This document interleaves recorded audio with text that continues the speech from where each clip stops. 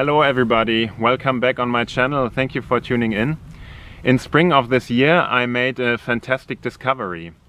On one of my field walks with my metal detector I found this well-preserved Celtic hollow cast bracelet from the older Hallstatt period, approximately 800 to 620 BC. These bracelets are typical funerary goods of the Celtic Iron Age.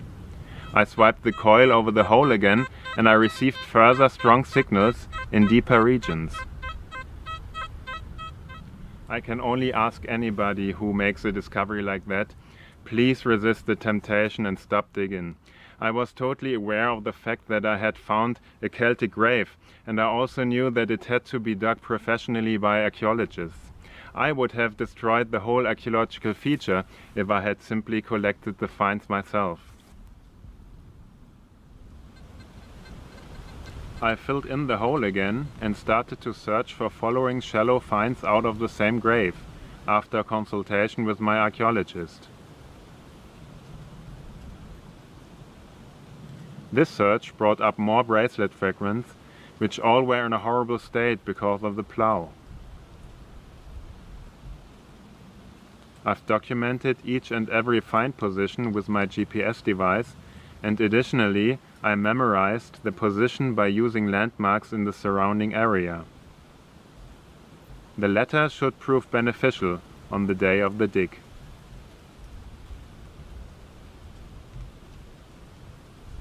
The responsible archaeologist of my district aimed for an excavation within a narrow time frame.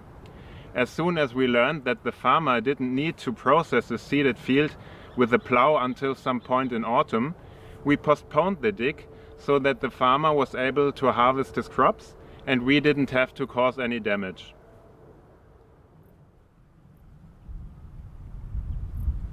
In mid-September, the district's archaeologist, 2 volunteers and I eventually met to excavate the Celtic grave.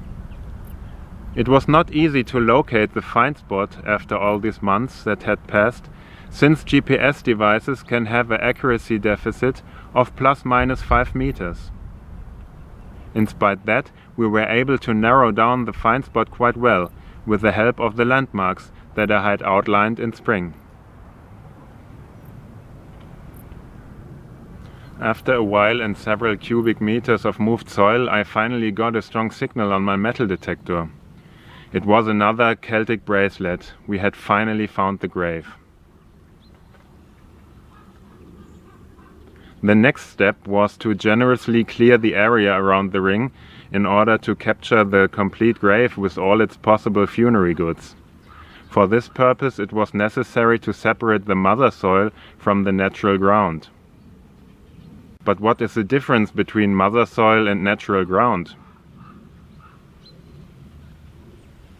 Here you can see a schematic representation of an agriculturally used area. The upper layer is a so-called mother soil. Seen from an archaeological perspective, this layer is disturbed due to decades of ploughing, which destroys archaeological features. The bottom layer is a natural ground. Except for natural outside influences like animal burrows and roots, for example, this layer is pristine and allows archaeologists to evaluate an excavated segment in terms of human activities in the past. After we had separated the mother soil from the natural ground, we began to clean the so-called planum. Planum is Latin and means flat surface. It can be an artificial level, but it can also follow the slope inclination or the archaeological layer.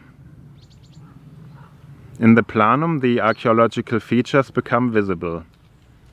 In our case, it was a further badly damaged hollow cast ring, a spherical shaped clay vessel which was also destroyed by the plough, remains of a necklace consisting of amber beads, a small bronze pin, as well as a further metallic object we couldn't define due to the fact that we had to excavate it in a block.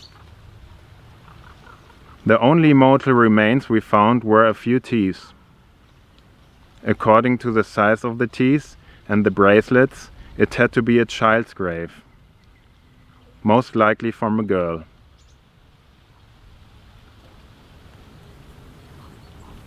Here you can see the complete Planum. You can even see the distinct traces of the plough and how it led to the destruction of the bracelet.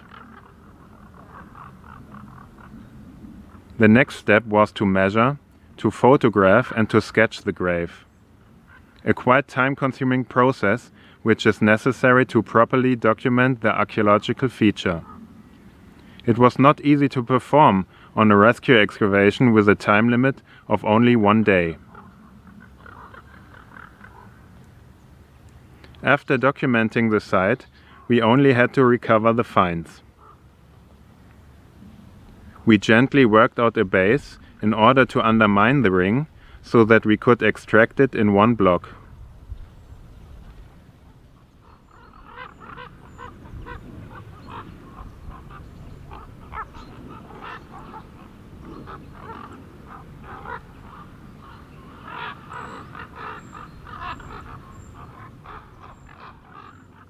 Unfortunately, I can't give you further information concerning the other finds, as we had to excavate most of them embedded in a block. They first have to be laid open and restored. I will pass on the facts to you in one of my coming videos, and hopefully I will even be able to provide you with pictures. I would have loved to film the whole excavation step by step, but since I was very involved in the dig, I simply didn't find the time to do so. I hope you liked my video and I would appreciate you sharing it. Until next time I say goodbye, good luck and happy hunting, au revoir und auf Wiedersehen.